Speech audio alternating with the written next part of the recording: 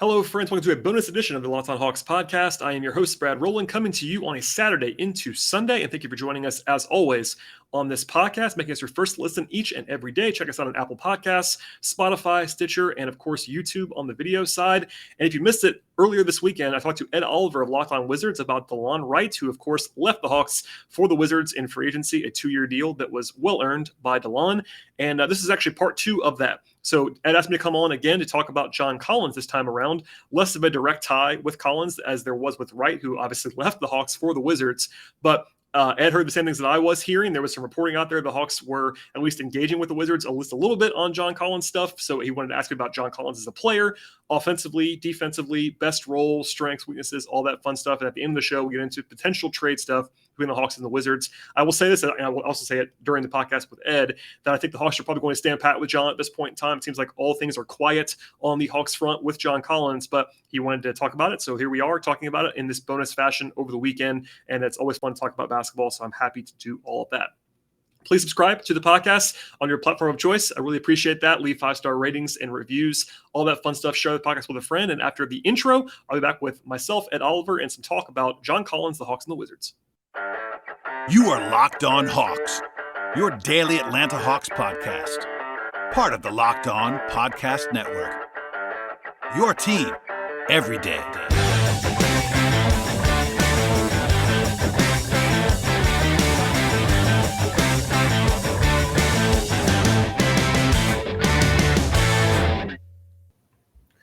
Welcome to Locked On Wizards podcast. It's your host, the real Ed Oliver. I just want to thank you guys for making Locked On Wizards your first listen every day. We are free and available wherever you get podcasts. Today's episode is brought to you by BetOnline. BetOnline has you covered this season with more props, odds, and lines than ever before. BetOnline, where the game starts.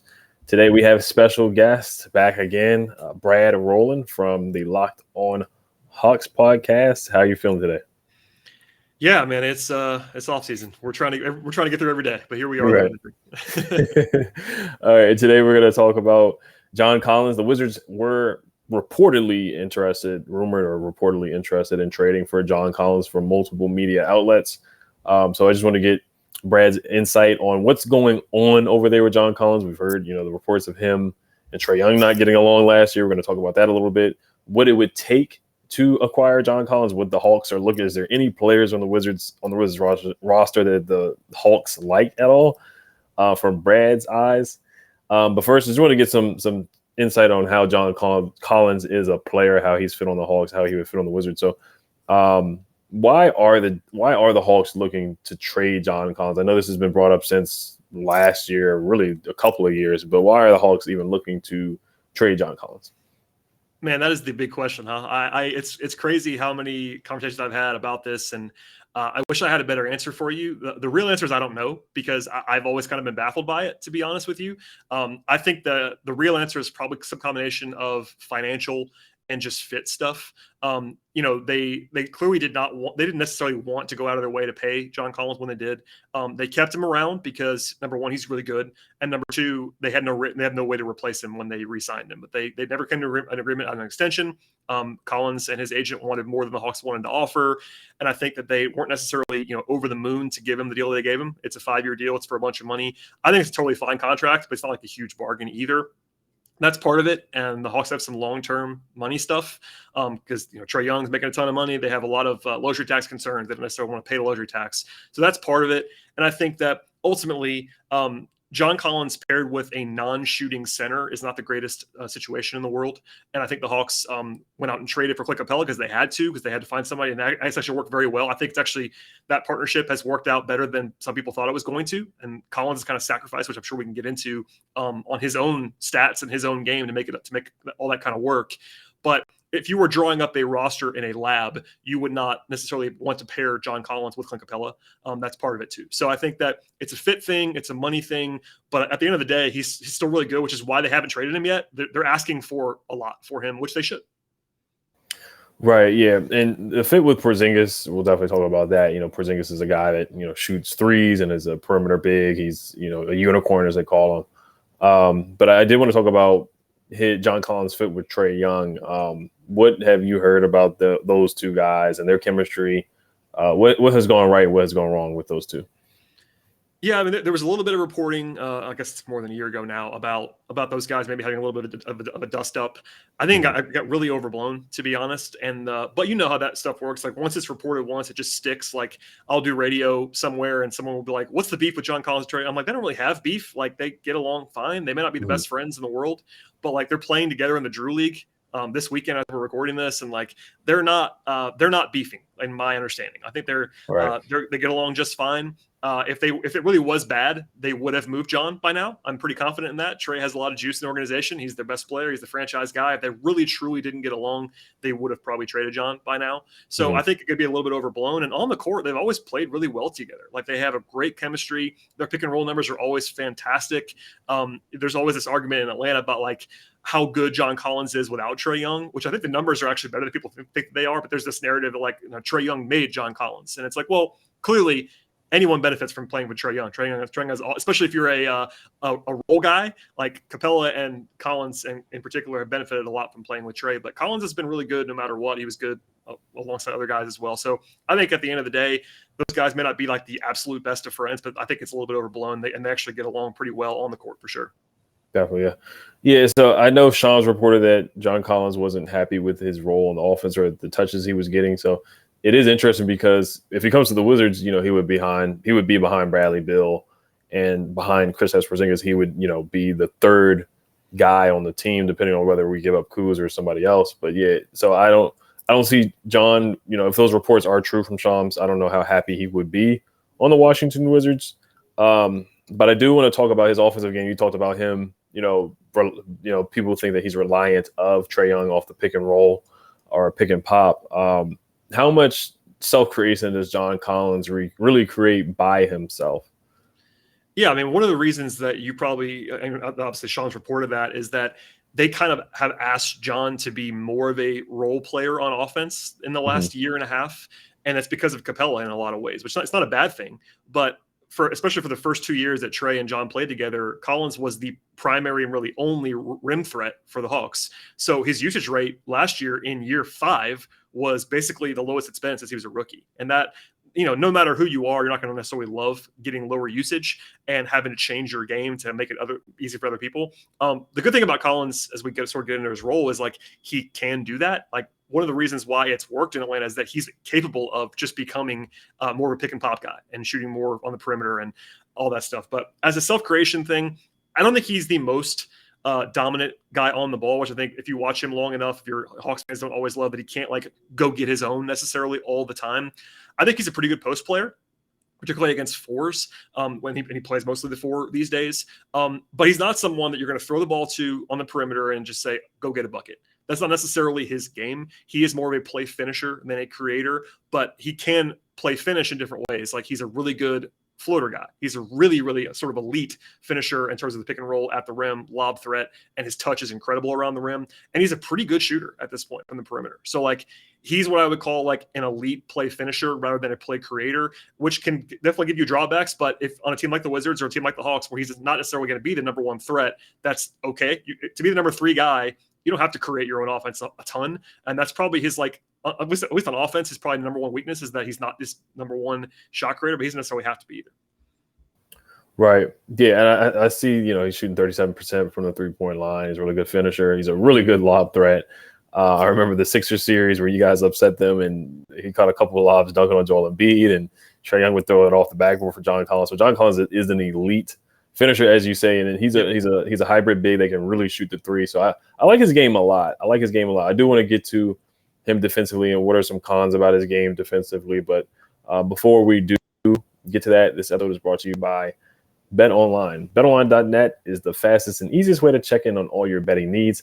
Find all your favorite sports and events at the number 1 online source for odds, lines, and games. Find reviews and news of every league, including Major League Baseball, NFL, NBA, NHL, combat sports, esports, and even golf. BetOnline continues to be the top online resource for all your sports wagering information from live in-game betting, scores, and podcasts. They have you covered. Head to BetOnline today or use your mobile device to learn more about the action happening today. BetOnline, where the game starts. All right, so I just want to talk about John defensively. Where is he best at defense? Is he better guarding 4s or is he better at the 5 position? Where do you see him excelling the most either at the power forward position or at the center spot? Yeah, one of the tricky things about Collins, and maybe one of the reasons why like he's not always a favorite of like the more, I don't know, like draft Twitter crowd, for instance. People don't necessarily love like kind of team building wise. He's not like the perfect analog because he really is better at the 5 on offense and better at the 4 on defense, which is like a tough archetype. Now, in Washington, I'm sure you're going to ask me this, but like him and KP actually fit quite well together in theory because of what Porzingis does. But defensively, I think that Collins got a bad rap, and I think he earned it early in his career. Like I was someone on this side too. Like he was a terrible defender in college. He was a bad defender early in his NBA career. I think that kind of stuck to him in a lot of ways. I think he's pretty okay to even pretty good at the 4 now. What he can't do for you is anchor your defense at the 5. If you're playing him at the 5, you're either trying to switch everything or you're hoping that your 4 is a really good defender, because that's not what he's going to be. He's like 6'9". He's not like the longest guy in the world either. He's a good athlete for sure. But if he's your primary rim protector, you're not going to have a great defense. That's just reality of it. But I think he's underrated at the 4. I think he's a pretty good positional defender at this point in time. He's a good secondary rim protector, like a good weak side shot blocker. And obviously at the 4 has great size. I mean, at the 4, being 6'9", like 230 like he is, like, and with his athleticism, that's great size at the 4. And I think overall, he's a pretty solid defender as long as you don't slot him in spots where he's not necessarily going to be comfortable. Like you can't make him – there's been this theory forever, and I used to have it too, like have John Collins at the 5 as a primary. And I think it would work with like a perfect 4 next to him. But for the most part, he is a 4 now, and I think that's probably where he should be. Now, is he not good at the 5 because of his frame, just because he's so lean and thin? That's part of it. I think that just like lack of size too at the 5, and like as a rim protector, like an anchor style, like Capella like rim protector, he just doesn't have that kind of juice. Rebounding wise too, like he's a good rebounder at the 4. He's not a great rebounder at the 5 as like your primary guy. He's just undersized, and like some guys can pull that off. Like a Kongwu on the Hawks roster has been playing center his whole life and is kind of like a freak athletically, defensively. That guy can play the 5 full time, whereas Collins is better suited to be the number 2 guy on your back line. Like be a secondary rim protector, play with someone who can either at least be as good as he is as a rim protector to have kind of that joint forces. What you don't want to have him be is like your backline defender, have to be your only guy that's kind of tasked with just walling up at the rim, because he's kind of small for that role and not always the most like physically dominant defender. Mm-hmm. All right. So you talked about Porzingis. How do you see him fitting next to Porzingis? You said John is better at guarding 4s and then playing at the 5 on offense. Porzingis, he struggles guarding quicker bigs. There's some guys who, like Wenyen Gabriel from the Lakers, was driving past Kristaps Porzingis a couple times very easily. But Kristaps, I think he's just better offensively at the 5. I think when he has slower bigs against him, he can just lull them out to the 3 and knock down threes. And if he does, a quick pump fake or, stutter dribble, he can just get right by guys. So how do you see John and Kristaps fitting together? And do you think that would be a better fit than him next to Clint Capella?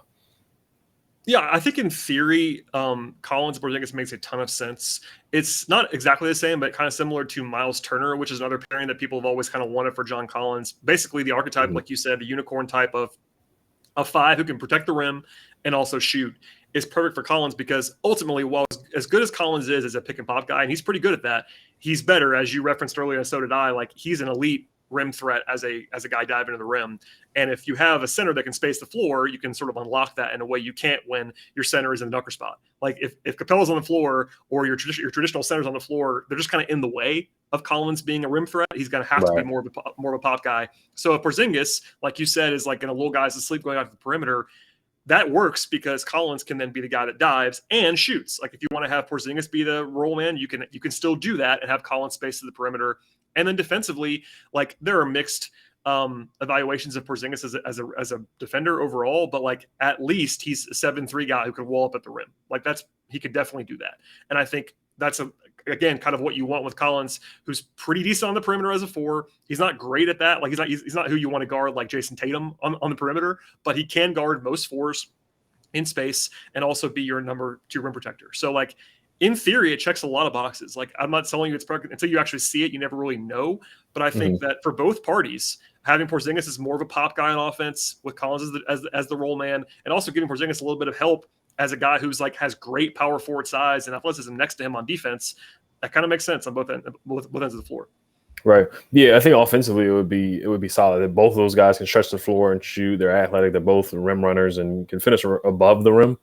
And then defensively, they both are solid shot blockers. Porzingis averaged 1.5 blocks per game in the 17 games that he played with the Washington Wizards. So that would be intriguing as well. But it would be a new age of the NBA. You look at what the Timberwolves are doing. Other teams are doing, having, big, taller bigs. They're trying to have different mismatches and different. The Cleveland Cavaliers are doing it as well with Evan Mobley and Jarrett Allen. So it would be intriguing to have two bigs that can really knock down the three and are unicorns in a sense.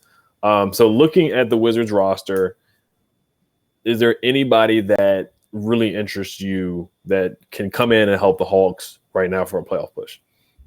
Yeah, I think other than Bradley Beal. Yeah, of course. Of course. No, I think that one of the reasons why Collins has not been traded yet, to go back to the very beginning of this conversation, is that the Hawks have always been asking for a lot, and also B, they want a starting caliber power forward back and more, because they still want to win. And there's nobody on their roster. Like they drafted Jalen Johnson, who I like, but he's not proven. And I think the Hawks are still in kind of a win now mode. So I think it has to start with Kuzma, to be honest. It has to be Kuzma and more. I was actually a little bit low on Kuzma early in his career with the Lakers. I think it's kind of like, more this like high usage offensive player. I think last year he was pretty good, and he's got a lot better defensively. That would be the guy that has to be in the deal, I think, for what the Hawks are asking for.